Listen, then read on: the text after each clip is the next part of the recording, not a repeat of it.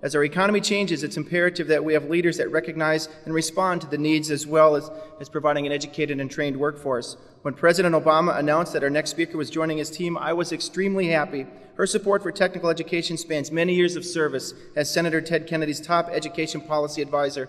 It gives me great pleasure to welcome United States Assistant Secretary of Labor, Jane Oates, to our community.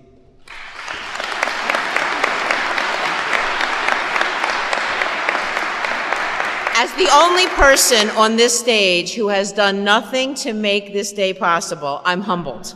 Thank you for inviting me. So as the out-of-towner, no offense to the presidents that are visiting from out of town, I suppose my role is to bring you testimony to the fact that this is a world-class educational and training center.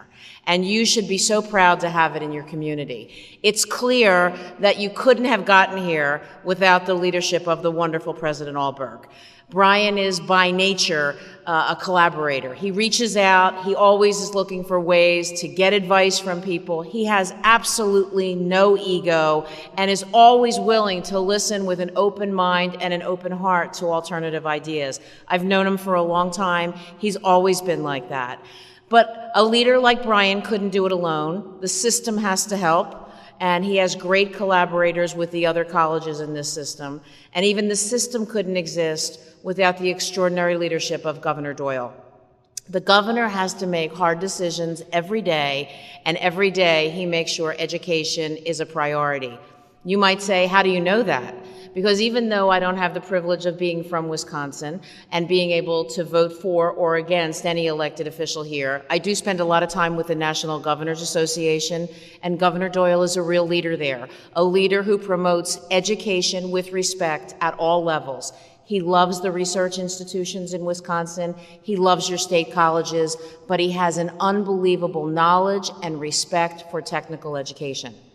And if I could finally say, none of this would be possible without the extraordinary leadership of your business partners, without the willingness of Snap-on to come in and develop curriculum from the beginning, use their well-branded, well-respected name to put behind this curriculum, you wouldn't be here today either.